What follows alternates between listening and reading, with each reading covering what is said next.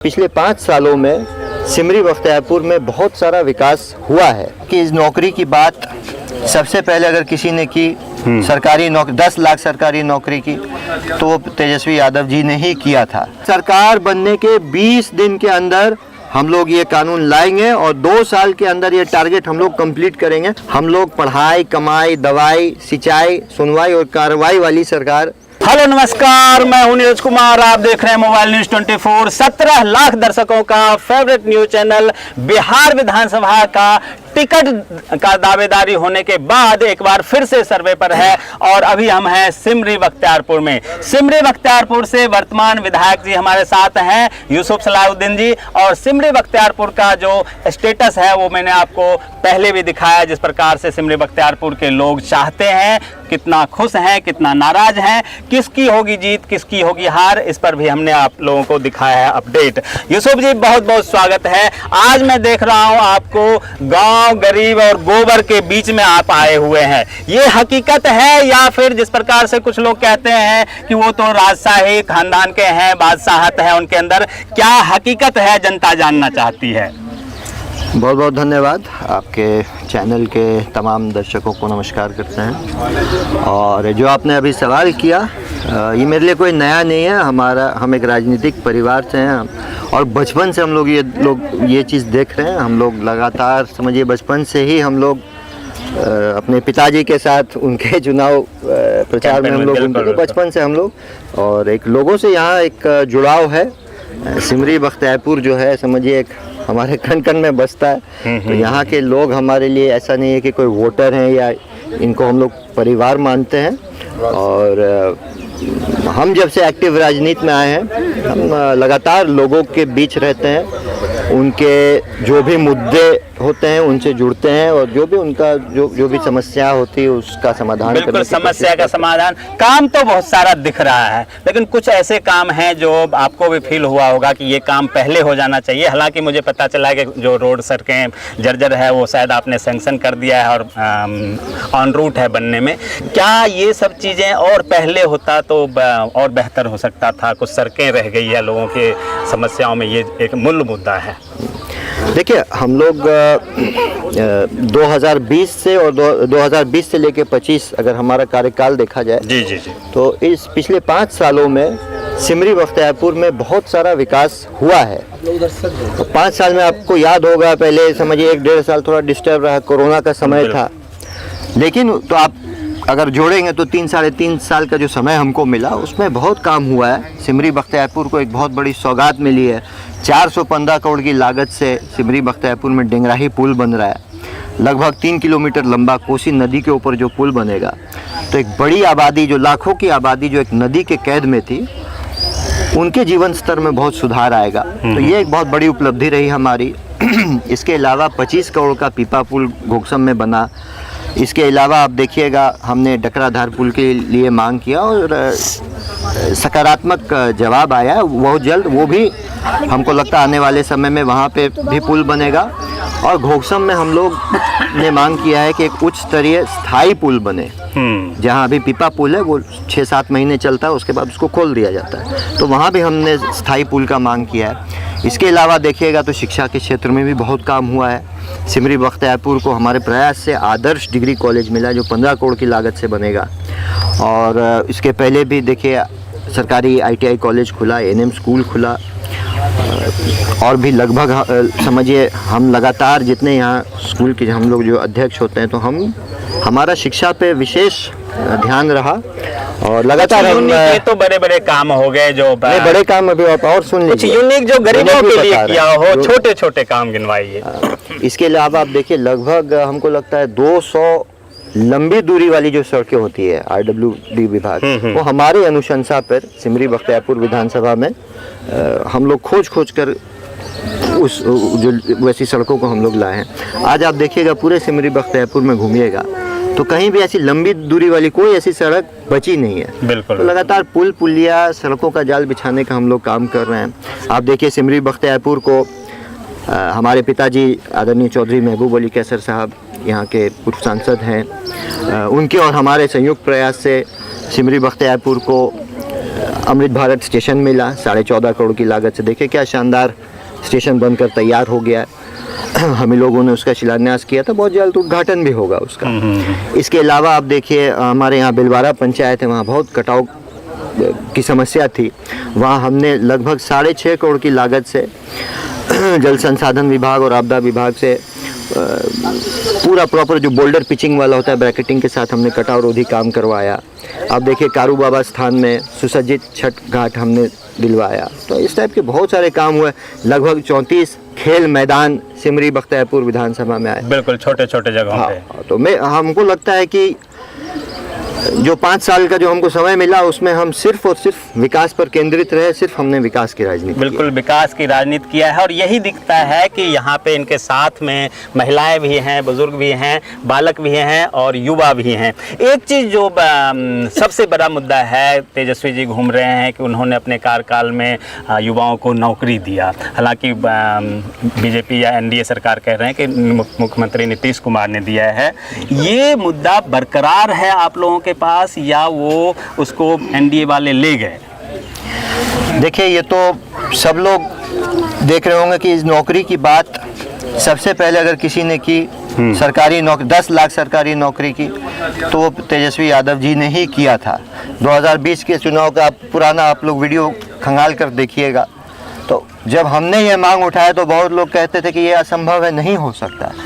लेकिन जब हम लोग सरकार में आए और फुल बहुमत के साथ नहीं आए, हम लोग मिलीजुली सरकार थी।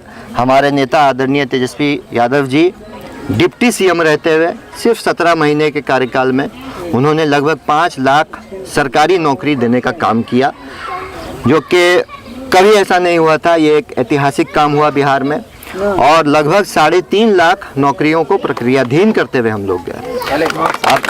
आप याद कीजिए उस समय और भी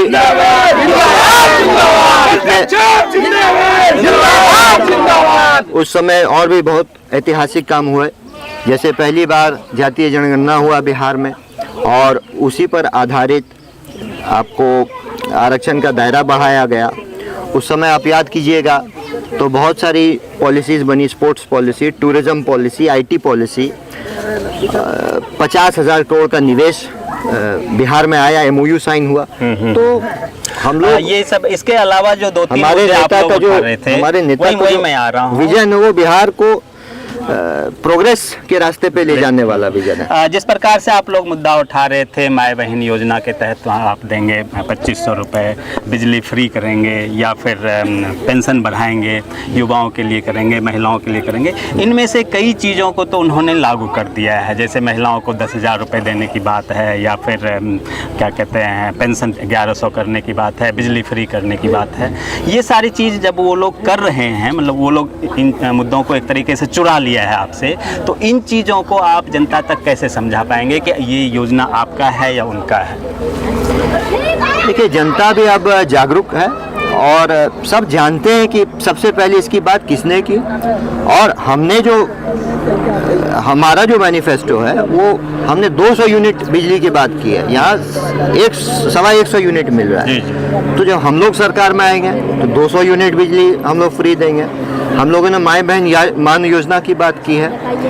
यहाँ बिहार की हर महिला को हर महीने उनके खाते में डायरेक्ट जाएगा 2500 रुपये। तो हम लोग आर्थिक न्याय दिलाने का प्रयास करेंगे। जो हम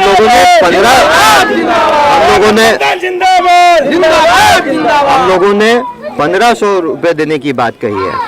और जिनकी सरकार जो थी इतने साल से 20 साल से उनकी सरकार थी, तो वो पहले काहे नहीं किया। और अभी भी उन्होंने जो है वो 400 से हमारे देखा देखी उन लोग 1100 बढ़ाया। फिर भी हम ज़्यादा देंगे और ज़रूरत पड़ेगा तो हम लोग 1500 के ऊपर भी देंगे। इसके अलावा आप देखिए गैस सिलेंडर का दाम हम लोग 500 रुपये करेंगे। और अभी सबसे जो बड़ा हमारा मैनिफेस्टो है, हम लोग हर घर जहाँ डिग्री है हम लोग हर घर में सरकारी नौकरी देने का काम करेंगे। और ये सरकार बनने के 20 दिन के अंदर हम लोग ये कानून लाएंगे और 2 साल के अंदर ये टारगेट हम लोग कंप्लीट करेंगे। हमारे नेताजी का ये संकल्प है और पूरा बिहार जानता है कि तेजस्वी जी जो संकल्प लेते हैं, जितना वो बोलते हैं वो करके दिखाते हैं। वो करके दिखाते हैं और यही कारण है कि 17 महीने के कार्यकाल में उन्होंने 10 लाख कहा था, लेकिन 17 महीने में उन्होंने 3.5 लाख लगभग नौकरी दे दिया है। और ये चीज कहीं ना कहीं युवाओं के दिलों में घर कर गया है कि ना पहले कभी हुआ, नीतीश कुमार थे पहले भी, ना उसके बाद हुआ। तो आखिर जो नीतीश जी कहते हैं या एनडीए वाले कहते हैं कि हम 10 लाख के बदले 1 करोड़ लोगों को नौकरी देंगे, तो अगर देना था तो उसके बाद क्यों नहीं दिया या उससे पहले क्यों नहीं दिया, ये चीज़ युवाओं को पसंद आता है। लास्ट चीज़ आप ये बताएं कि ये तो हो गया आपका स्टेट लेवल का या पार्टी लेवल का मुद्दा, आपके अंदर ऐसा क्या एक रोड मैप है कि यूसुफ सलाउद्दीन ये अगले सीजन में करने वाले हैं, नेक्स्ट जो आपका 5 साल होगा उसमें इन चीज़ों को आप करने वाले हैं, जो गरीबों के लिए हो, गांव वालों के लिए हो और पैसे वाले के लिए तो जो हो रहा है हो ही रहा है। देखिए, जब 2020 का चुनाव हम लड़ रहे थे तो हमारा जो हमने संकल्प लिया था, जो हमने वादा किया था कि डेंगराही पुल हम बनवाएंगे और डिग्री कॉलेज हम बनवाएंगे, इन दोनों वायदों को लगभग 3 साल पूरा होते होते हमने पूरा कर दिया। और अब हमारा संकल्प रहेगा कि हम लोग हर पंचायत वाइज, हम लोग हर पंचायत के लिए एक मैनिफेस्टो बना रहे हैं, जो पंचायत, हर पंचायत में जो 5 मुख्य समस्या हो उस पर हम लोग काम करेंगे। और विकास का पहिया तो हमेशा आगे बढ़ता रहता है। सिमरी बख्तियारपुर में बहुत सारा काम हुआ है, लेकिन अभी भी कुछ काम अधूरा है, कुछ काम अभी भी छूटा हुआ है। हमारा प्रयास रहेगा कि सरकार में हम लोग आते हैं, हम लोग जीतते हैं तो सिमरी बख्तियारपुर को हम लोग पॉलिटेक्निक कॉलेज देंगे, इंजीनियरिंग कॉलेज देंगे और मेडिकल कॉलेज भी यहाँ लाने का प्रयास करेंगे। उद्योग के क्षेत्र में अभी भी हमारा पूरा कोसी का क्षेत्र, क्या समझिए पूरा बिहार ही पीछे है। बिल्कुल। हम कोशिश करेंगे, हम लोग जीतते हैं, जनता का आशीर्वाद मिलता है तो उद्योग के क्षेत्र में भी ऐसे कोशिश, हमने इस टर्म में भी बहुत कोशिश किया लेकिन ऐसा कुछ बन नहीं पाया, लेकिन फिर से हम लोग जीतते के आते हैं तो उद्योग के क्षेत्र में हम लोग कुछ बिल्कुल बड़ा काम करना चाहिए। यहाँ एक और चीज़, इस प्रकार से मक्का का आपका हब माना जाता है आपका क्षेत्र। मैं जब कई जगह गया तो किसानों का मांग था कि उन्हें मक्का का उचित मूल्य नहीं मिल पाता है, बीच में 2-3 दलाल के बीच से गुजरना होता है। सिमरी बख्तियारपुर को एक सरकारी खरीद केंद्र मिले, अनाज मंडी जिसको कहते हैं, अनाज मंडी मिले, इसके लिए कुछ आवाज़ उठाएंगे आप? ये सही बात है, यहाँ इस चीज़ की काफ़ी दिक्कत है और ये भी हमारे मैनिफेस्टो में है। हम लोग चाहेंगे कि अभी जो इतने बीच में इतना लोगों को जो उनके फसल का उचित मूल्य नहीं मिल सकता, तो हम लोग चाहेंगे इस टाइप का एक केंद्र बने। और ये भी आपको याद दिलाना चाहेंगे कि जब हमारे पिताजी यहाँ के सांसद थे तो उन्होंने खगड़िया में एक मेगा फूड पार्क खुलवाया था, प्रिस्टीन अभी वहाँ ले जाने में वही मैंने कहा कि यहाँ से खगड़िया किसान को ले जाने में 3 लोगों से गुजरना पड़ता है, एक लोकल व्यापारी, फिर बीच वाले व्यापारी और फिर वहाँ खगड़िया वाले व्यापारी। तो अगर यहीं पे वो बेचेंगे तो उनको, जैसे यहाँ 1900 में बिक रहा था और वहाँ 2300-2350 में बिक रहा है, तो 400 रुपये का फायदा हो जाएगा किसानों को। नहीं, हमारा पूरा उस पर फोकस रहेगा। हम लोग मजबूती से इस मांग को विधानसभा में उठाएंगे और हमारी जो पार्टी है वो गरीबों, किसानों, मजदूरों की पार्टी है, उनके हितों की बात करती है, उनके हितों की रक्षा के लिए। अंतिम में छोटा सा सवाल है कि लास्ट में आते आते क्या होता है, चुनाव हिंदू मुसलमान, हिंदुस्तान पाकिस्तान के बल पे एनडीए वाले कोशिश करेंगे उसको डिवाइड एंड रूल करने की, उसके लिए क्या प्लानिंग हुई है आरजेडी की तरफ से? देखिए, वो तो उनका पॉलिसी इसी पे रहता है, जनता भी अब इस चीज़ को समझ रही है। हम लोग हमेशा मुद्दों की बात करते हैं। हम लोग पढ़ाई, कमाई, दवाई, सिंचाई, सुनवाई और कार्रवाई वाली सरकार देने की बात करते हैं। हम लोग महंगाई की बात करते हैं, बेरोजगारी से निजात पाने की बात करते हैं। हम लोग अपने एजेंडे पर चुनाव लड़ेंगे, बाकी अब उनको बिल्कुल जो एजेंडा उस काम करने वाले काम करते हैं और दिखाने वाले दिखाते हैं, भटकाने वाले भटकाते हैं। होता क्या है, ये रिजल्ट 14 तारीख को आने वाला है, 6 तारीख को यहाँ मतदान होने वाला है और उसके बाद हम बताएंगे आप तमाम दर्शकों की क्या राय रही, मतदाता ने किसे वोट दिया है, किसको जिताया है, किसको हराया है और किसको बिहार में सत्ता का चाबी सौंपा है। बने रहिए मोबाइल न्यूज़ 24 के साथ। आप तमाम दर्शकों का बहुत बहुत धन्यवाद। नमस्कार।